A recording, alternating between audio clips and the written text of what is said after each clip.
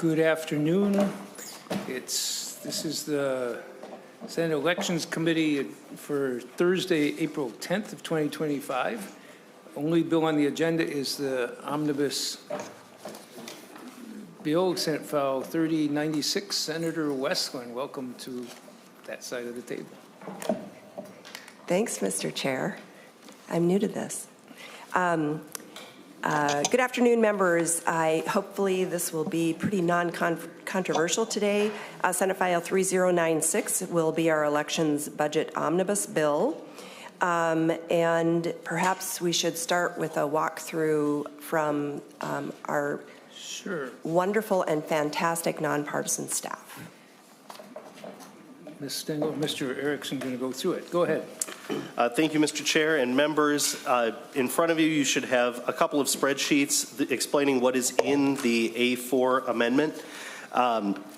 The more detailed version is used to populate the bill, but I find that while it provides a little bit more detail that members might be interested in, it's more helpful generally to walk through the change item spreadsheet, which is the one with the slightly larger typeface. So in this bill for the Secretary of State, there is $260,000 one time for some voter outreach efforts in low voter turnout counties, which will come up in the bill presentation. $200,000 is transferred one time into the Help America Vote Act account to provide a match for federal dollars that are already in that account. There is an operating adjustment of $79,000 in the first biennium and $106,000 in the tails biennium for the Campaign Finance Board. There's a recognition of a double counting. This is just a little more complicated, so bear with me a second. But in the fund balance that's published for the forecast, some of you may recall that there was a $2.1 million one-time transfer to the general campaign account for the public subsidy. When rolling those amounts up in the fund balance, it was inadvertently left both as a separate line, but also rolled up into the total, so it was effectively double counted. This is recognizing that error and showing a decrease in the committee's total spend. There's also $500,000 in one-time money for litigation expenses for a suit that the Campaign Finance Board was involved with. And finally, on line 29, almost hidden, is a one-time transfer out of money that remains in the voting equipment grant account. That's $2,000, and that money is being transferred into, on line 31, the voting operations technology and elections resources account. And that, committee members, is the total of the changes that Section 1 is making. Article 1, excuse me. Thank you. Are there questions for Mr. Erickson?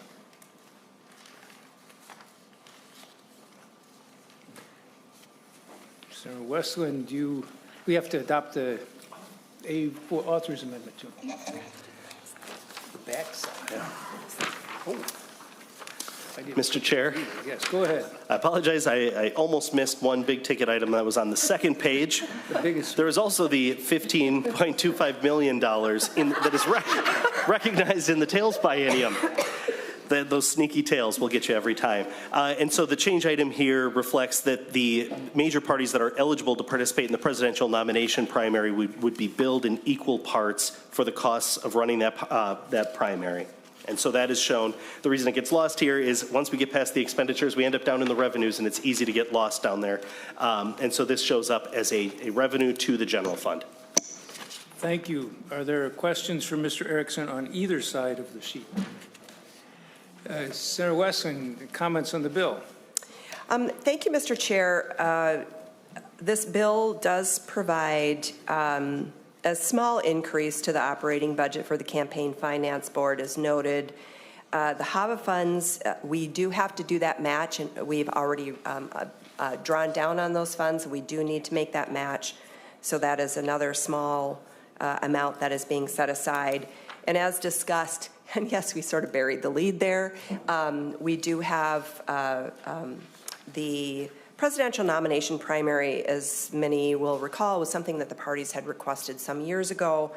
It was initially expected that it would run about $3 million to operate that primary. It's actually running closer to $15 million, given the budget constraints that we have, and given that these are really strictly party, the parties' primaries in operation and an internal thing for them, we are shifting that cost to them. Basically, the Secretary of State will prepare invoices to the parties for their total cost to participate in the presidential primary, and obviously that cost would only be incurred in those years where there is in fact a presidential primary. So those are the big items, Mr. Chair. Ms. Freeman is here from the Secretary of State's office and available to provide testimony. Maybe do that before we get to the A4 author's amendment. Ms. Freeman, welcome to the committee.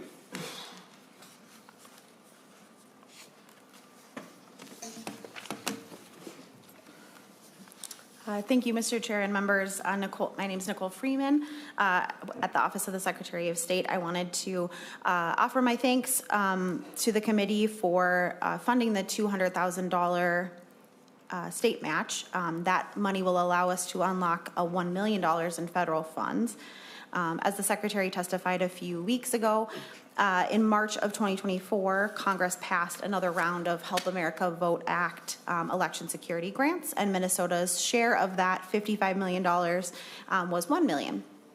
And so these funds will be used along with our other Help America Vote Act funds for three primary purposes. They'll help support cybersecurity infrastructure of the office and the systems that we maintain.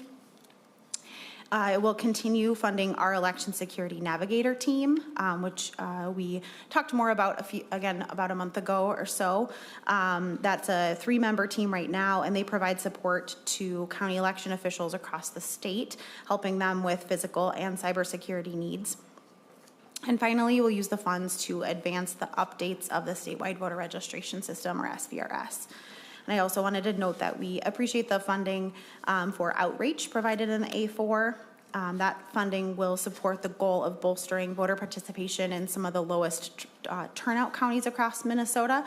While the Secretary always brags about how we have been #1 or near #1 in the last several election cycles, there's a wide range of participation across the state, and so we look forward to collaborating with communities and schools and business groups, folks all over, to talk about voter registration, why voting matters, and the various ways that they can participate and make their voices heard. So thanks so much. Happy to answer any questions. Thank you. Any questions from Ms. Freeman?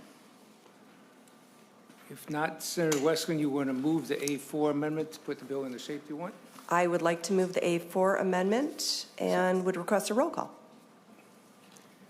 Is there any discussion, A4 amendment, to delete everything? Mr. Chair, I'm sorry, I forgot this was the author's amendment. Yes, I was going to say it normally. Sorry.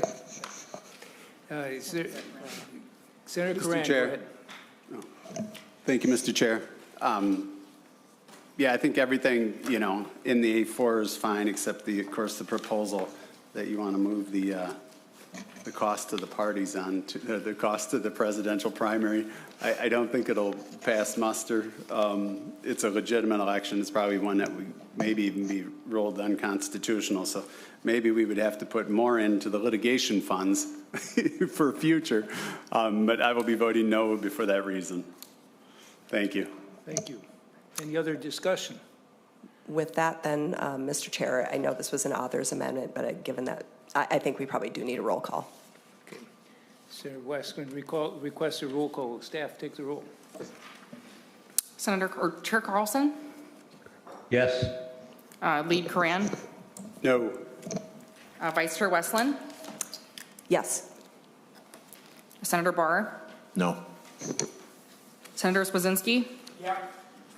Senator Limmer? No. Senator Lucero? No. Senator Marty? Yes. Senator Matthews? No. Senator Port? Yes.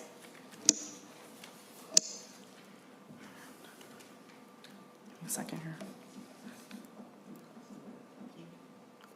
Did I miss it? Senator Bolden? Aye. Aye. Okay.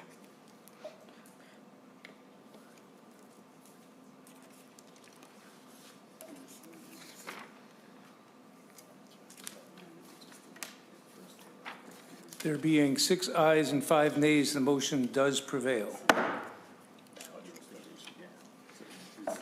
Senator Westlin, I believe you have some other amendments? I Do or don't? Well, I don't know if we want to see first if there are any amendments to this okay. bill. Okay. Any amendments? No amendments. Okay. So then, Mr. Chair, I do have the A6 amendment, which basically adds in the policy omnibus bill that we marked up the other day. Senator Westlin moves the A6 amendment be incorporated into the omnibus bill. Is there a discussion on that? If not, Sir Westlin, did you want roll call or no roll call or I guess we'll do a roll call. roll call? If there are no further discussion on the motion to adopt the A6 amendment or incorporate the policy bill into the omnibus bill, staff will take the roll. Chair Carlson, Yes. Lead Coran, No. Vice Chair Westlin, Yes. Senator Barr, No. Senator Bolden, Aye. Senator Swazinski, Sorry, I got distracted. Yes. Senator Limmer, No. Senator Lucero, no. Senator Marty, Yes. Senator Matthews, no. Senator Port, Yes.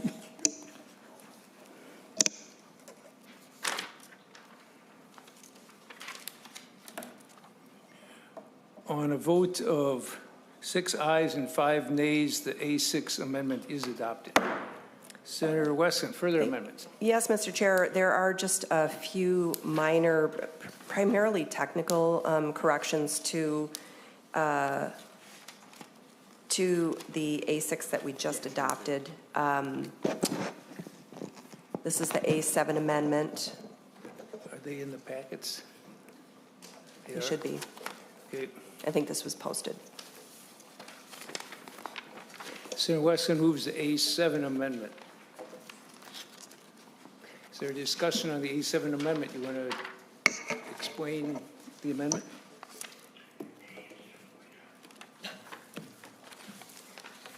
Mr. Chair, Senator Swadzinski, do we need to take your phone away from you? Yes, you do. And I'm the guy that's trying to ban them in high schools. Just duly noted. Yes, so just to run through this very quickly, line 1.3, the term candidate did not actually include local candidate, and so we did want to ensure that you can't be fired for running for state or for local office, so that's that change. Lines 1.4 to 1.6 requires the Secretary of State actually to turn on the online absentee ballot application for all elections. That was a technical correction that was suggested by OSS. And 1.7 corrects a term changing combination to combined polling place, which is the proper term for it. It's not a combination, but a combined polling place. So that is the nature of that amendment. Further discussion on the A7 amendment? If not, all those in favor say aye. Aye. Opposed? Motion prevails. Other amendments?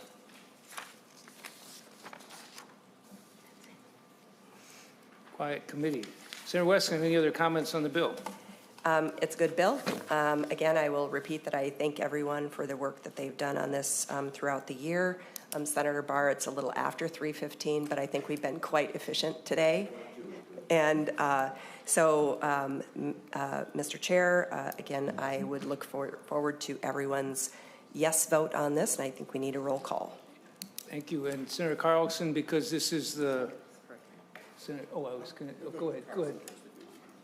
Okay, Senator Carlson just wondered if you wanted to make any comments since this is the, I don't know if it's the last meeting of the committee, but certainly the last one on the bill. Thank you, Mr. Chair. I just want to say I really appreciate the work that everyone has done on this committee. Sitting at home here with positive COVID tests is not fun. and trying to keep up with all of the conversations is not fun. I wish I were there. So, but to all of you, each and every one of you, I really appreciate the cooperation you've had. And it's been, of course, we don't always agree on everything, but there's been a lot of bipartisan cooperation here.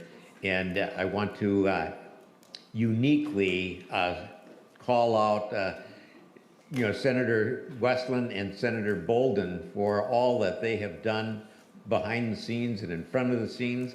And then my trustee committee administrator, Beth, as well as my committee legislative assistant, Christy, and then, the staff, the nonpartisan staff who have been so helpful with everything that we've done. And I wish I could be there. I'm sorry that I can't, but be assured that I appreciate each and every one of you as though I was right there. Thank you. Senator Curran. Thank you, Mr. Chair, Senator Carlson, and Senator, not Wicklin, Bonnie. The other W. The other W.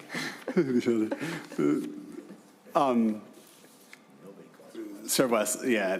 We appreciate the support. I think this year we've had more interaction and more dialogue and a few more Republican bills in it. I think we've categorized some good, some bad, some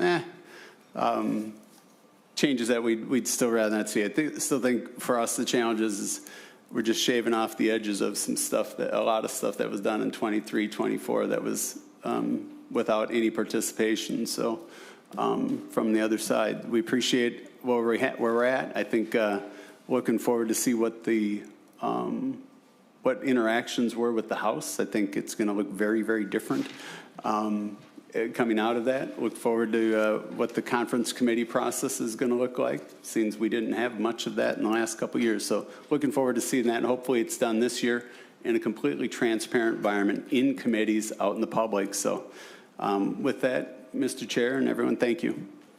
Thank you. And Senator Carlson, you have your hand up. Did you wish to speak again? Yes, I would like to say a couple of encouraging words. Senator Curran and I are going to go to, I think, name training, because we've called each other the wrong names constantly, especially Senator Westlin, Senator Bolden. And then I want to say one more thing, and that is Senator Barr. I think I see you there in the picture yet. Senator Barr, let's reserve the increase in the John Marty gift ban. Let's increase that a little bit next year, and let's reserve that particular bill for you to introduce. So thank you all, and I appreciate everything, and we will see you very soon. I don't think I'll see you until, no, I don't want to talk special session, but we'll see you soon. Thank you, and hope you get well soon from the COVID. Senator Mr. Carlson. Chair, I'm not going to drag this out. I'm just going to say I forgot to do the thank yous, and I apologize. This committee runs as well as it does because we have incredible staff, and I've said this over and over again to anyone who asks, that we have the best both partisan and nonpartisan staff here in the Senate, and I want to thank them, and especially my LA, who is my right hand, and again, Beth Frazier and Christy Blood, and Ms. Stengel and Mr. Erickson, and of course, Will Farrell, Will Freeman. Anyone who is here understands that joke. But anyway, we can't do this work without you, and I just want to thank you. And with that, Senator Westlin moves that Senate File 3096 as amended be recommended to pass and be referred to the Finance Committee, and staff be instructed to make necessary technical and conforming changes in the legislation. Is there any further discussion on that motion? If not, the staff will take the roll. Chair Carlson? Yes. Lead Curran? Nope. Vice Chair Westlin? Yes. Senator Barr? Nope. Senator Bolden? Aye. Senator Swazinski? Yes. Senator Limmer? No. Senator Lucero, No. Senator Marty, Yes. Senator Matthews. Senator Port, Yes.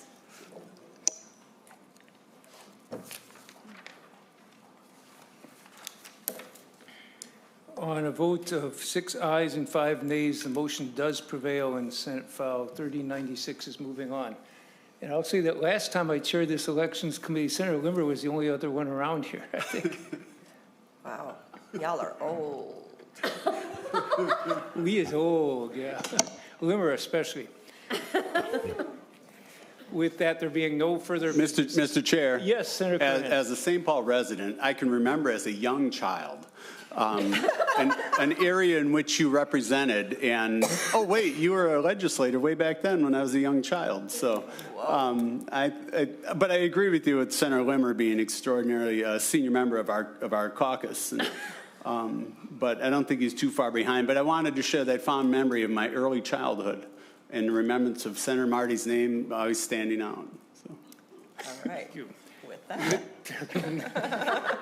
There being no further business, this meeting is adjourned.